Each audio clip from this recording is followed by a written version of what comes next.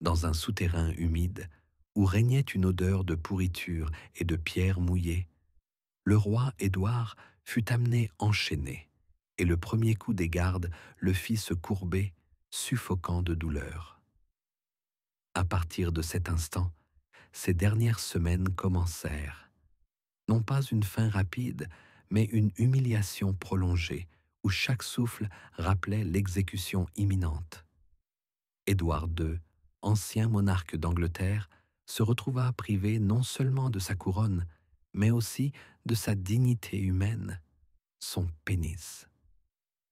Son sort ne fut pas scellé sur le champ de bataille, mais dans les salles exiguës des conseils, où les vieux barons se disputaient avec la nouvelle garde au sujet de l'héritage et de l'avenir du pays.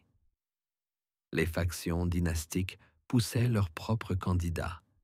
Les ambassadeurs français murmuraient des mariages avantageux, tandis que les partisans d'une ligne dure exigeaient une punition publique qui symboliserait la vengeance pour les années de règne malheureux. Les rapports conservés dans les archives indiquent: le corps du souverain est épuisé par la maladie, son esprit est brisé, mais il s'accroche encore au pouvoir par la peur et les menaces. Le premier signe de décomposition fut sa peau. Au début de son emprisonnement, des ulcères apparurent sur ses cuisses, qui s'étendirent en dégageant une odeur nauséabonde. Les médecins autorisés à le voir sur ordre des gardes notaient chaque jour la couleur des sécrétions. Odeur répugnante, teinte brun-vert, bord des ulcères recouverts d'une croûte. Au début, ils ont essayé de lui faire des saignées en petite quantité 2 fois par semaine, dans l'espoir de réduire la fièvre. Ils lui ont appliqué des sangsues pendant un quart d'heure à l'aine et sous les genoux. À l'aube, on donnait à Édouard une pincée de poudre d'opium. Le soir, 2 cuillères de sirop de pavot pour l'aider à dormir. Sa langue était recouverte d'un enduit. Son urine était sombre et dégageait une odeur âcre. Tout était consigné heure par heure, comme si chaque mot engageait la responsabilité envers les générations futures. Mais les médecins étaient impuissants. Dans les appartements où il était retenu, l'air s'imprégnait rapidement de pourriture. Les serviteurs se plaignaient que le changement des draps et des couches de feutre ne suffisait pas à masquer l'odeur. Les talons du roi étaient couverts de crevasses. La saleté et le sang s'accumulaient sous ses ongles. Il fallait lui retirer ses vêtements à l'aide de sangles, car les plaies collaient au tissu. Dans le journal d'un des gardes, on peut lire: il criait de douleur lorsque nous arrachions le tissu imprégné de pus de son corps. L'odeur était telle que même les rats ne s'approchaient pas. Les restrictions d'accès se sont renforcées. Des gardes de différentes familles ont été postés devant les portes, se relayant les uns les autres, chacun gardant les clés sur lui. La liste des personnes autorisées à entrer changeait chaque semaine, et chaque faction au pouvoir essayait de faire passer son prêtre ou son conseiller. L'ambassadeur français se plaignait dans une lettre: je ne peux pas voir le souverain, car les gardes disent que les clés sont entre les mains du commandant d'un autre groupe. Cela créait le chaos et multipliait les rumeurs. Le corps du roi se décomposait si rapidement qu'on le cachait. Dans son délire, il dictait de nouveaux testaments, tous contradictoires. Édouard essayait encore de conserver les restes de son pouvoir. Il exigeait que l'on recopie ses documents, que l'on appose des sceaux, bien que sa main tremblait et que l'encre coulait en taches. Parfois, il soupçonnait que l'encrier était empoisonné et obligeait un serviteur à le boire. Sa paranoïa grandissait. Il soupçonnait même sa nourriture d'être empoisonnée. Avant chaque repas, les gardes obligeaient les serviteurs les plus jeunes à goûter les plats, et les notes étaient retranscrites sur 2 listes, l'une pour le commandant de la garde, l'autre pour le chancelier. Le vin devait être versé à partir de cruches scellées avec des cachets de cire, mais ceux-ci étaient souvent remplacés. La nuit, des réunions étaient organisées, tantôt les uns, tantôt les autres barons se rassemblaient à la porte du souterrain et se disputaient le droit d'entrer le premier. La ligne religieuse devint encore plus sombre. Le roi se confessait tous les jours, tantôt à un franciscain, tantôt à un dominicain, tantôt au curé de la paroisse locale, envoyé sur recommandation de quelqu'un. Édouard parlait peu, mais posait de plus en plus souvent la même question. Le Seigneur pourra-t-il pardonner ce que j'ai fait? Les réponses variaient. Certains promettaient la miséricorde, d'autres menaçaient de l'enfer. Chaque prêtre sortait ensuite et rapportait les paroles du souverain à son parti, qui les utilisait dans ses intrigues. La décomposition du corps progressait. Des fistules purulentes apparurent sur le ventre, d'où s'écoulait un liquide. Les médecins tentèrent de cautériser les plaies avec un fer rouge, mais les tissus se décomposaient encore plus. Des pommades à base de graisse et d'herbes étaient appliquées 3 fois par jour, mais elles ne faisaient qu'accentuer la puanteur. Des compresses étaient appliquées pendant 1 heure, puis changées toutes les demi-heures, mais le tissu devenait immédiatement humide et collant. Le roi gémissait et maudissait tout le monde autour de lui. Sa peur de l'exécution s'intensifiait. Il savait que les barons se disputaient non seulement au sujet de l'héritier, mais aussi de la forme de sa mort. Certains exigeaient une simple strangulation ou l'épée. D'autres insistaient sur une punition humiliante. Les serviteurs chuchotaient que le mot « pénis » revenait souvent dans les conversations, ce qui rendait Édouard fou. Il se tordait de douleur et criait que personne n'avait le droit de le priver de son signe de virilité. Ces crises de panique effrayaient même les gardes. Il pouvait soudainement se précipiter en avant, malgré les sangles, et il fallait alors 4 hommes pour le retenir. Le rapport du chancelier indique: son corps se décompose, mais son esprit n'est pas encore mort. Il réclame la peine capitale, mais à sa manière, il demande une épée plutôt qu'un couteau. Cependant, au sein du Conseil, de plus en plus de voix s'élèvent pour dire que l'humiliation doit être totale. Ces mots ont ensuite servi de base aux versions faisant état d'une exécution intentionnelle avec mutilation. Tout cela a duré des semaines. Les gardes se relayaient. Les serviteurs mouraient d'infection après avoir touché son corps. Les médecins se disputaient entre eux. Et l'odeur de décomposition s'intensifiait dans les appartements.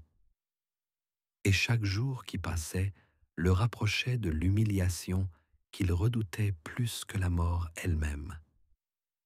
Le corps d'Édouard se décomposait de plus en plus rapidement, et l'odeur de ses appartements devenait insupportable. Les gardes se plaignaient que même à travers les épaisses cloisons en feutre, l'air était imprégné d'une odeur de pourriture et d'urine. Des traces de pus apparaissaient sur le lit auquel il était attaché avec des sangles, et chaque changement de drap se transformait en torture. Lorsque l'on arrachait les tissus collants de ses plaies, le roi criait, et ses cris résonnaient dans les voûtes de pierre. Dans son rapport, un garde nota: son pénis est enflé et couvert de plaies, et chaque fois que nous le touchons pour le laver, il crie qu'on lui coupe la chair. Les médecins, qui étaient remplacés sur ordre de différents partis, consignaient tout dans leur rapport. L'un d'eux écrivait: les plaies sur les cuisses et l'aine suintent un liquide nauséabond de couleur brune. Le pénis est couvert de fissures avec des abcès autour de la chair. Il crie lorsqu'il urine, car l'urine ronge les plaies. Un autre médecin a noté dans un traité: le pouls est faible, la langue est noire, l'urine est épaisse. Le pénis est enflé, fissuré, de couleur pourpre. Ces notes ont été conservées dans les archives et sont devenues la preuve que ces humiliations physiques avaient commencé bien avant son exécution. Les procédures se poursuivirent, bien qu'elles devinssent de plus en plus cruelles. Des saignées étaient pratiquées en petite quantité 3 fois par semaine, mais les forces quittaient le corps plus vite que la douleur. Des sangsues étaient placées sur l'aine, près du pénis, pendant un quart d'heure, et la peau se couvrait ensuite d'échymose. Des cautérisations étaient pratiquées ponctuellement sur les cuisses et près du scrotum, dans l'espoir d'arrêter la propagation de la gangrène. Mais les tissus gonflaient et les plaies s'agrandissaient. Des pommades à base de graisse, d'ail et de mercure étaient appliquées 2 fois par jour dans la région de l'aine, y compris sur le pénis lui-même, ce qui le faisait hurler, se débattre et supplier qu'on arrête. La nuit, on lui donnait 2 cuillères de sirop de pavot, mais son sommeil était agité. Il se réveillait souvent, saisissait son pénis, vérifiait qu'il était bien là, et gémissait en disant qu'on allait bientôt le priver de son dernier attribut. Les serviteurs murmuraient que le conseil des barons discutait déjà de la forme la plus humiliante de châtiment. Certains parlaient de brûler vif, d'autres de sabre, mais de plus en plus souvent, les procès-verbaux mentionnaient: l'exécution commencera par l'ablation du pénis. Cette nouvelle parvint aux oreilles d'Édouard. Il pleurait et criait qu'il était encore roi et que personne n'avait le droit de toucher son pénis. Ces paroles furent consignées par le prêtre. Je lui ai donné l'absolution, et il n'a parlé que de sa peur de perdre son pénis. Il ne s'est pas repenti de ses meurtres et de sa trahison. Il ne pensait qu'à cela. Les serviteurs ont constaté des symptômes étranges lorsqu'il le lavait. Son pénis saignait souvent spontanément, la peau se fissurait et le sang imprégnait les draps. Parfois, il commençait à le gratter avec ses ongles jusqu'au sang, et alors on lui attachait les mains avec des sangles. Des fistules se sont formées sur ses cuisses, d'où s'écoulait du pus, et une partie du liquide coulait sur son pénis, provoquant de nouvelles plaies. Le serviteur a noté: nous avons essayé de le laver avec des décoctions d'herbes toutes les demi-heures, mais les plaies ne se refermaient pas. L'odeur était telle que même les gardes se bouchaient le nez avec un tissu. La lutte politique s'intensifiait. Les vieux barons, qui réclamaient sa mort, se disputaient avec les jeunes de son entourage, qui espéraient l'utiliser comme symbole vivant et marionnette. Les ambassadeurs français gagnaient du temps en promettant leur soutien à l'héritier, mais exigeaient que l'exécution soit honteuse afin que l'Angleterre s'en souvienne. L'ambassadeur espagnol, au contraire, écrivait dans son rapport: la mort par l'épée serait rapide, mais ici, ils veulent le priver de son pénis pour montrer que le pouvoir a perdu sa force pour toujours. Ces mots se répandirent dans la cour et rendirent Édouard encore plus effrayé. Chaque jour, il demandait à se confesser. Mais lorsque le prêtre lui demandait de confesser ses péchés, il revenait toujours à la même question. Dis-moi, si on me coupe le pénis, est-ce que j'irai au paradis? Certains prêtres répondaient par l'affirmative, d'autres éludaient la question. Mais cela ne le calmait pas. Ses cris s'entendaient jusque dans les couloirs, et les gardes échangeaient des railleries. La nourriture était soumise à un contrôle rigoureux. Chaque morceau de pain et chaque plat était goûté par un serviteur, et les notes étaient consignées 2 fois. Un jour, le vin avait une odeur étrange, et Édouard s'écria qu'on voulait non seulement le tuer, mais aussi lui couper le pénis avant qu'il ne meure. Il soupçonnait que le poison agissait précisément sur la chair. Le rapport du chancelier mentionnait « Il refuse de manger si l'on ne vérifie pas que la nourriture ne provoque pas de maladie dans son pénis. » Pendant la nuit, son état s'est aggravé. Il était pris de délire, se saisissait le pénis et criait qu'on le coupait. Les serviteurs ont essayé de le retenir, mais les sangles du lit se sont déchirées. Il y avait des traces de sang sur les draps. Le médecin a écrit « Pendant la nuit, il a crié sans interruption pendant 3 heures, ne prononçant qu'un seul mot, pénis. Sa voix était enrouée, mais il a continué à répéter cela jusqu'à ce qu'il s'endorme de fatigue. » Pendant ce temps, les intrigues atteignaient leur paroxysme. Certains falsifiaient les testaments, d'autres lui glissaient des papiers à signer, prétendant qu'il s'agissait seulement de prières. Mais il signait quand même d'une main tremblante, faisant parfois couler l'encre sur le document. Chaque nouveau document contredisait le précédent, et les conseillers se disputaient pour savoir quel testament était authentique. Mais tout le monde savait que le pouvoir final dépendait de la manière et du moment où il serait exécuté. Au cours des dernières semaines, son corps était presque entièrement couvert de plaies. Son pénis avait enflé jusqu'à atteindre une taille monstrueuse, la peau se fendait, et les serviteurs osaient à peine le toucher. Ils lui faisaient des compresses toutes les heures, mais cela ne servait à rien. L'odeur qui se dégageait de ses appartements était si forte que les gardes étaient relevés plus souvent que d'habitude. Personne ne pouvait rester plus de 4 heures à ses côtés. Et pendant tout ce temps, Édouard n'avait qu'une seule pensée. Il craignait d'être castré. Même la mort lui faisait moins peur que cette perspective. Les rapports des conseillers indiquaient « Il est déjà mort dans son âme, mais il s'accroche encore à la vie. Il a perdu son pouvoir, mais sa peur est restée. Il ne craint que de perdre son essence masculine, et c'est précisément cela qui symbolisera sa fin. » Au cours des dernières semaines, l'état d'Édouard est devenu terminal. Il ne se levait presque plus.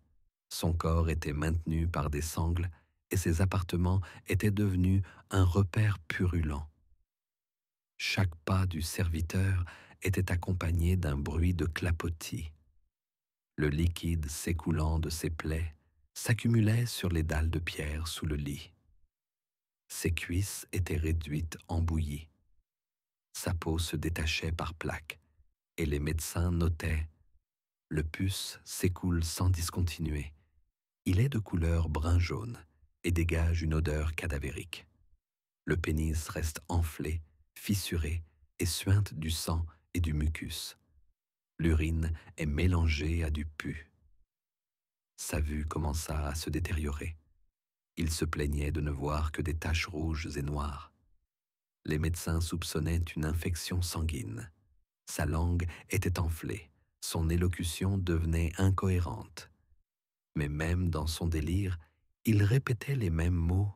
« Mon pénis, ne le leur donnez pas. » Les serviteurs ont remarqué que la nuit, il pouvait gémir pendant 6 heures d'affilée, ne prononçant que ces mots. Parfois, Il se saisissait de son sexe et ses mains étaient couvertes de sang.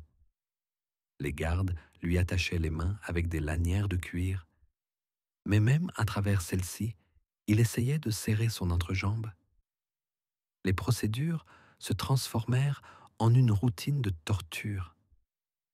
Les compresses étaient changées toutes les 20 minutes, mais le tissu était immédiatement imbibé de liquide. On ne mettait plus de sangsues, car la peau ne résistait pas, se déchirait, et les sangsues glissaient. Les cautérisations furent abandonnées. Le tissu ne cicatrisait pas. Il ne restait plus que les pommades et les lavages. Les serviteurs frottaient son pubis avec un mélange de graisse et de vinaigre, mais cela ne faisait qu'intensifier ses cris. Un serviteur nota. Lorsque nous lui enduisions le pénis, il criait que nous le castrions. Il nous crachait dessus et nous traitait de bourreaux. Les conseillers se disputaient avec acharnement. Les uns disaient « Il est temps d'en finir avec l'épée pour ne pas faire traîner les choses. » Les autres répondaient « Le peuple doit voir la honte, que l'exécution commence par l'ablation du pénis, afin que cela serve de leçon à tous. » L'ambassadeur français écrivait dans son rapport « Il est déjà mort, mais il se dispute encore sur la manière de couper son pénis. » L'exécution est devenue un symbole de la lutte politique. Les débats religieux devenaient de plus en plus sombres. Certains prêtres affirmaient que la perte du pénis n'empêchait pas le salut de l'âme. D'autres, que c'était un signe de profanation qui fermait les portes du paradis. Ces paroles parvenaient aux oreilles d'Édouard, qui criait de désespoir. « Je n'irai pas au paradis sans pénis », nota un moine. Sa confession ne portait plus sur les meurtres, les trahisons ou les guerres. Il ne parlait plus que de son pénis. Les serviteurs chargés de le laver commencèrent à mourir d'infection. L'un d'eux a commencé à voir sa main pourrir après avoir touché ses blessures. Un autre est mort 3 jours plus tard de fièvre. De nouveaux serviteurs ont été recrutés parmi les prisonniers, à qui on promettait la liberté, mais ils sont eux aussi rapidement tombés malades. Les chroniques rapportent 5 sont morts après l'avoir touché. 1 a perdu sa main. Tout cela à cause de la pourriture qui se dégageait de son pénis. Les gardes ne supportaient pas l'odeur. Les gardes changeaient toutes les 2 heures, alors qu'auparavant, c'était toutes les 8 heures. Les gens se plaignaient que l'air des appartements infectait tout le couloir. En réponse, on a commencé à placer des encensoirs avec de l'encens, mais cela n'a pas aidé. Le prêtre nota « L'odeur de décomposition provient principalement de son entrejambe, de son pénis, et aucune prière ne parvient à couvrir la puanteur. » Édouard commença à perdre connaissance. Il sombrait dans le délire, parfois pendant des jours entiers, et les médecins pensaient alors qu'il était mort. Mais il ouvrait les yeux et reprenait ses esprits. Même mourant, il vérifiait si son pénis était toujours là. Dans le rapport du chancelier, il ne parle plus ni du pouvoir ni de la couronne. Il ne parle que de son pénis, et c'est une honte pour toute la dynastie. Pendant ce temps, les intrigues atteignaient leur paroxysme. Certains réclamaient son exécution immédiate, d'autres attendaient qu'il meure de lui-même pour ne pas avoir ce péché sur la conscience. Mais la mort tardait à venir. Le corps continuait de se décomposer, mais le cœur battait encore. Et la peur de perdre son pénis de son vivant le tourmentait jusqu'à la fin. Quand il devint évident que le corps d'Édouard ne tiendrait pas plus d'1 mois, les préparatifs pour le dernier acte commencèrent. Les médecins Les serviteurs et les prêtres consignaient chaque jour son état, mais tout se résumait à la même chose. Le pénis est en décomposition. La tumeur ne diminue pas, les plaies suppurent. Les médecins écrivaient qu'il n'était plus possible de saigner le patient. Les veines étaient obstruées par le pus et les aiguilles se brisaient dans les tissus morts. Son pouls était à peine perceptible, sa respiration s'essoufflait et son urine s'écoulait en fils vermoulus. Les serviteurs ne le lavaient plus entièrement. Ils se contentaient d'essuyer avec des chiffons la région génitale où se trouvait le pénis et le maintenaient avec leurs mains pour qu'il ne l'arrache pas. Il criait encore dans son délire « Ne les laissez pas, ne leur donnez pas mon pénis ». Même inconscient, ses doigts se crispaient convulsivement sur son pubis. Il fut décidé que l'exécution aurait lieu dans le château, sans être transporté à l'extérieur. Les serviteurs écrivirent « Son corps ne supporterait pas le voyage, mais afin de conserver une leçon exemplaire, il a été décidé de commencer par lui couper le pénis, comme cela avait été décidé. » À ce moment-là, ses membres étaient déjà déformés. Le scrotum était noirci. Le pénis était couvert de cloques. La peau se détachait par lambeaux. Description dans le rapport du médecin. Le pénis est couvert de plaies. Il y a un ver sur le gland. Ça sent la mort. Quelques jours avant son exécution, on a tenté de lui faire signer ses dernières volontés. Le document a été apporté pendant la nuit, sous le prétexte d'une confession. Sa main tremblait. Il ne pouvait pas tenir la plume. L'encre coulait sur le lit. Il criait « Que le trône revienne à mon fils, mais ne donnez pas mon pénis à mes ennemis. » Les conseillers regardaient avec horreur. Le roi était en train de mourir et toutes ses paroles ne concernaient que cela. Finalement, le document fut signé à sa place par une autre personne qui apposa son sceau. La nuit précédant l'exécution, la garde fut renforcée. Les gardes furent remplacés par des représentants de 3 familles afin que personne ne puisse dire ensuite que l'exécution avait eu lieu en secret.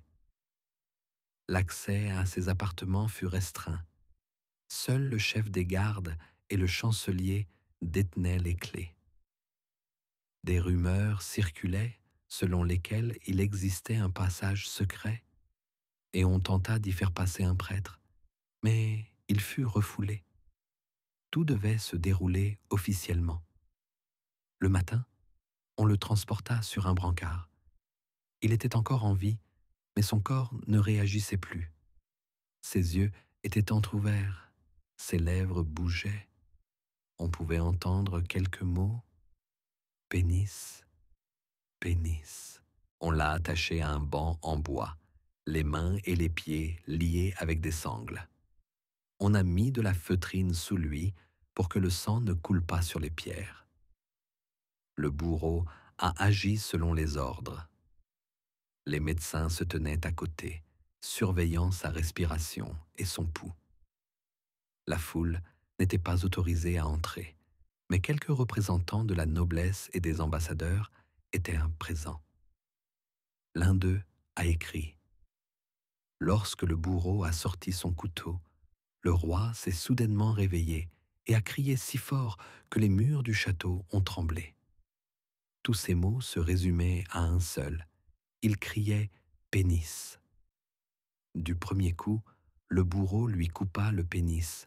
Le sang jaillit, noir et visqueux, avec une odeur de pourriture. Les médecins notèrent, après l'ablation du pénis, la respiration devint saccadée, mais le cœur battait encore. Il fut torturé pendant 2 heures avant d'être achevé. Pendant tout ce temps, il haletait, se débattait, essayait de se retourner. Mais les sangles le retenaient. Les serviteurs ont noté. Même en mourant, il essayait d'atteindre son entrejambe avec sa main, Mais son pénis n'était plus là. Quand il s'est enfin calmé, le silence s'est installé dans la salle. Le bourreau a levé le pénis coupé et l'a montré au conseiller. C'était la preuve que l'exécution avait été menée à bien. Un des scribes a noté: Nous n'avons jamais vu un si grand souverain finir sa vie de manière aussi ignoble, par l'ablation du pénis. Le corps resta sur le banc jusqu'au soir, pendant qu'on décidait comment l'embaumer. Mais l'odeur était insupportable. Les serviteurs écrivirent: Le corps mutilé dégageait une odeur nauséabonde, et les vers grouillaient dans l'aine. Lors de l'embaumement, le pénis n'a pas été retrouvé. Il avait été emporté par le bourreau. Après que le corps d'Édouard eut été emporté de la salle d'exécution, l'air du château était imprégné d'une odeur insupportable. Le rapport des serviteurs dit: Le corps du roi dégageait une odeur nauséabonde. Une plaie béante était visible dans son entrejambe. Son pénis avait disparu. La tentative d'embaumement échoua. Les tissus se désagrégeaient entre les mains. Le sang coagulait en caillots sombres. Le scrotum était complètement décomposé. Les embaumeurs écrivirent qu'il était impossible de traiter l'odeur qui provenait précisément de cet endroit. Ils frottèrent donc la partie supérieure du corps avec de la résine et des herbes et recouvrirent la partie inférieure d'un tissu épais afin de dissimuler l'absence du pénis. À ce moment-là, la salle du conseil était en effervescence.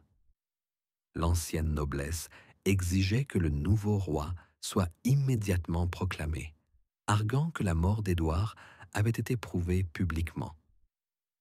Le nouvel entourage, au contraire, cherchait à gagner du temps.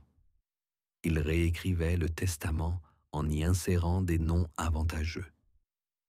Plus tard, l'un des chanceliers écrivit dans une lettre: Nous avions entre les mains 2 testaments différents. L'un désignait son fils, l'autre désignait de nouveaux conseillers.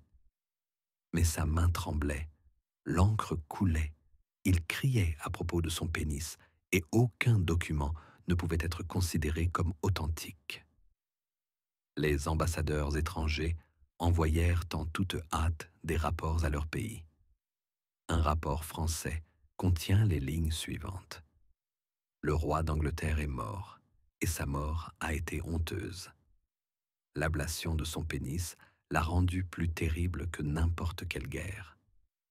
Le peuple ne se souviendra désormais que de cela. L'ambassadeur espagnol répondit: Si le pouvoir repose sur la peur, sa mort a détruit cette peur. Maintenant, la confusion va commencer. À Londres, les rumeurs se répandirent instantanément. Sur les marchés, on murmurait: Le roi a été castré. C'est pourquoi il est mort comme un pécheur. D'autres affirmaient que son pénis avait été emporté en secret pour être utilisé dans des rituels de sorcellerie. L'Église tenta de réprimer ces rumeurs, mais les prêtres eux-mêmes ne savaient pas comment expliquer cette exécution. Un chroniqueur monastique nota: J'ai vu de mes propres yeux le corps emporté sans son membre. Pour le peuple, c'est un signe de châtiment divin. Le fils d'Édouard fut proclamé héritier, mais son pouvoir s'avéra fragile. Les anciens seigneurs exigeaient la poursuite des exécutions des partisans de son père. Les nouveaux conseillers insistaient sur la clémence et la paix avec les voisins. Cela a divisé le royaume. Une partie des barons a soutenu le fils, d'autres se sont joints à la conspiration, affirmant que la mort par castration avait maudit le trône. L'armée exigeait d'être payée, mais le trésor était vide. Les mercenaires se dispersaient dans les villages et le peuple commençait à craindre non seulement le pouvoir, mais aussi les pillages. Les habitants disaient: Quand on a coupé le pénis du roi, on a privé toute la terre de sa force. Cette phrase est même entrée dans les chroniques ultérieures comme le signe de la chute de la dynastie. Le corps du roi fut enterré en secret pendant la nuit. En raison de la puanteur et de la décomposition, le cercueil fut recouvert de plomb. Seuls quelques serviteurs fidèles et 2 prêtres étaient présents. Les témoignages rapportent: nous l'avons mis dans le cercueil, nous avons recouvert son entrejambe avec un chiffon. Il n'avait pas de pénis. Quelqu'un a dit que ce n'était pas le corps du roi, mais un substitut. Mais l'odeur et les plaies ne laissaient aucun doute. Après l'enterrement, la nouvelle du pénis coupé est devenue une arme dans la lutte politique. Certains disaient que c'était un signe de la punition divine pour les péchés, d'autres que c'était la cruauté de la nouvelle noblesse. Les chroniques rapportent: la rumeur du pénis coupé de son vivant a détruit le respect pour le trône.